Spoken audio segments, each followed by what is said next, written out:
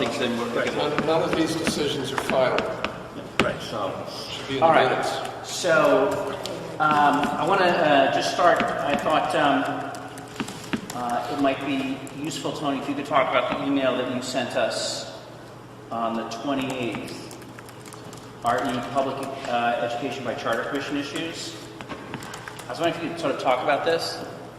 This is the email that you sent. Yes. Essentially, I was asked this question by Commissioner Madigan. She emailed me and she asked for my input. Basically, there is one hard and fast rule, and we've had this discussion before. There's one hard and fast rule that if public funds pay for publicity, that publicity must not be advocatory in nature. It must not be persuasive in nature. It can be educational, it can be informative, but it cannot advocate for the charter, i.e., the new charter is great, the current charter is lousy, type of dialogue. That can't happen if public funds are paying for the publicity. My point, there is really no hard and fast rule that I know of as of right now. And admittedly, I haven't seen the whole text of that controller's opinion yet. I've sent for it, I've asked for it, I'm waiting for it. Haven't seen it yet, but I don't know of any hard and fast rule right now applicable to public statements that are made at no cost to the public. No real rule on that. My comment to you was, now that you have public funding for publicity, it may be a little more difficult for you to discern what public statements that you might wish to make that have not in any way, shape, or form been paid for or been made possible by the expenditures of public funds. My advice to you, be a little more careful. That's all I can say. As soon as I get the controller's opinion, I'll pass it along to you. Tony, I'm sorry to have to. So, what was the exact nature of the inquiry? Pardon me? What was the nature of the inquiry? What was the exact question? Commissioner Madigan asked me in sum and substance if commission members could make public statements in which they were critical in some ways of the city charter. I'm sure she was speaking in relation to interviews, newspaper columns, in which that may have taken place in the past. I restricted my comments to public statements made by commission members. Did the commissioner ask you to be a conduit to this commission? I'd really like to have her come and explain So this. why is this prefatory language talking about This the sounded commissioner? harassment. Because I think, unless I misunderstood some of your earlier comments, Tony, and maybe some of the research you've done, there's some prohibition about municipal officials participating or influencing our process. Correct. Am I correct in that? Correct. And when I read this, it looks to me like, and we've had other issues. One time, the commissioner actually was quoted as saying, I told Tony Izzo to take up the issue of when you guys had your meeting over that controversial time Correct. with this commission. Are you a conduit for the commissioners? Or I have been assigned by the mayor under Section 36 to assist the commission. Okay, because the other thing is here that I find a little confusing is that, and I'm not trying to be accusatory, Tony, but by all means. Here's the thing. Fair question. We have capitulated on several issues in this commission. Not, and I mean that in a positive way, okay? We've listened Yes. to constructive criticism. We've talked about supervisors. We've talked about boards. We've talked about the election day. You know, that doesn't mean that we're going to cave or push into every suggestion or every intimidation that might come down the pipe. Nor should you be expected to. Okay, fine. When I read this, okay, it says regarding the municipal home rule, it's not definitive. Then when you talk about the New York State Division of Local Government, they're quite clear, and they seem to be endorsing or encouraging advocacy from the part of the commission. That paragraph does indeed indicate that. Why would they take that position if they didn't know in their own research, on their own foundation, that they were in compliance with the municipal home rule? I mean, the law. Why would they? These are two distinctly different issues or promulgations, in my opinion. That's a good point, and that's why I shared that paragraph with you. I wanted you to see an instance where an authority suggested that it is okay to seek approval of your charter, as they say so plainly. Why is the commissioner concerned about us talking about what we believe to be the best thing for our citizens? I don't know that.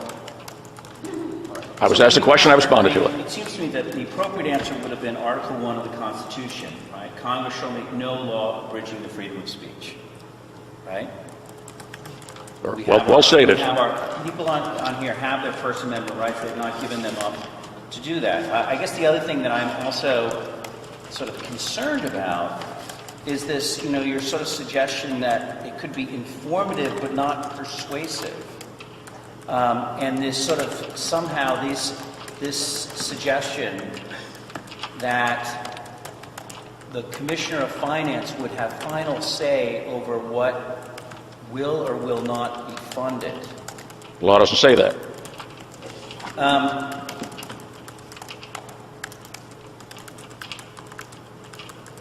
Well, then It Tony- seems to me that she is making a point of this, right? I mean, it seems to me that this is the pretext of this memo. Bob? Did the commissioner put a question in writing? Pardon me, Gordon? Was the question given to you in writing? Email. Could you share a copy of that with us, please, so that we would at least know how the question was placed, and if she had any legal, references into the basis for whether or not the members of the commission have a constraint on their public speech as a consequence of serving on the commission. I don't believe that was in the email, but I don't know why my sharing it with you would not be appropriate. Well, do we have to put a freedom of information? No, you want to see it? I think it would. I think the basis of your answer, we should at least see the question that was asked so we understand in context the basis of your answer. I don't think that's inappropriate at all. See, Tony, let me tell you, you've done a lot of work with us, and me personally, you've done a big project for, and I think you appreciate that. I think you're a good lawyer, I think you're a good person, I think you care about this process. But it's really important for me, now that we've kind of crossed the Rubicon here with a lot of issues, that going down the stretch, okay, we know that you're right in the middle, right down the middle of the fairway of this stuff, okay? Glad to hear you say that. Taking an advocacy position on behalf of municipal representatives, okay? I'm not saying that you are, but I'm just saying, on a cautionary note, my antennae are way up right now. I accepted this position in good faith. Mayor Yepsen offered it to me in good faith. If you would prefer a different counsel, by all means say so. I will not feel the least bit offended, and I'll wish you the very best of luck, and I'll mean it. I'm not saying that right now. Okay. I'm confused at the inquiry at this point. And so, if somebody help me out just on the chronology. It seems like a couple of weeks ago or thereabouts, we had a discussion about the extent to which members could express themselves. And I thought we were operating under that rule, and I may have been mistaken. Different from using public funds to make posters and circulation and so forth. But I was operating under what I thought to be the rule that we had every right to go out as members of the commission and say essentially anything that we wanted to talk about in any facet of that. But then there was, at some point along the way, some suggestion that maybe that's not the case. And I thought we were, I don't believe that's not the case. It was raised at the city council meeting At city council meeting, okay. by two of the commissioners. That maybe the use of, or maybe advocacy was individual advocacy. I love this, I hate this about this one. That might be improper. Is that what? So someone posed this question and asked Tony to look into it? Yes. Okay, so that's where we are. Right. Correct. Tony, what is your opinion on the ability of the 15 members of the commission to go out separate and apart from the preparation of any document or anything? For spending money. And what is your opinion on our ability to do that? To do what exactly? To go out and speak at any time, either during our deliberations or after the matter has been submitted for ballot initiative for the November election, our ability to go out and speak our own minds about how we feel about any aspect of the charter. It is going to be impossible for any member of this commission, when asked by a member of the public, is this a good charter? What do you think? What are you going to say? You've given a year and whatever of your life to write this. Certainly you're going to say, yes, it's a good charter. It's inconceivable you do anything else. Yeah, my question is narrower. I just want to know, is there a legal impediment to any of us expressing our view on any aspect of the charter. The only legal impediment that I indicated in my memo, the only legal impediment that I know of, is the legal impediment to spending public funds to, in other words, advocate the adoption of the charter. So I can Yes. write a letter to the paper, sign my name, and I'm not using anybody's time in my own. I'm not using Nope. any city money to buy an ad. I found no hard and fast rule on that. As treasurer of this enterprise, I am personally committed to not using taxpayer money to produce any material saying people should vote one way or the other on the proposition that ends up on the ballot. But that's a personal preference of mine. I actually think that the constraint that is more or less explicit in the municipal home rule law predates Citizens United and predates the Hispanic advocacy decision that was in federal court in the Southern District a few years ago that goes right to this whole question of First Amendment. There are no standards, okay? There are no rules. Even if you thought that the state law restricted a group like this from saying something collectively, okay, about how people should vote on the proposition, even if you thought the state law from 19 whatever said that, after Citizens United, that's a dead letter, okay? Even using taxpayer money would probably be approved by a federal court, okay? The opinion of the council that I spoke to yesterday about this. So I think that although it's clear that the commissioner is concerned about what some people are saying about the charter on television or in the newspapers or something like that, there's no way that you could write a standard for what we can say or what we can't say. It's like, what is pornography? I know it when I see it, okay? It's the same problem, okay? You can't say that this is education and this is advocacy, and this is the difference. Even if the taxpayers are paying, it isn't, you know, it's all within the scope of the First Amendment and public discourse.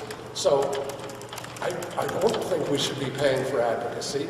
I think we only have enough money to pay for one objective educational piece telling people what's in the charter.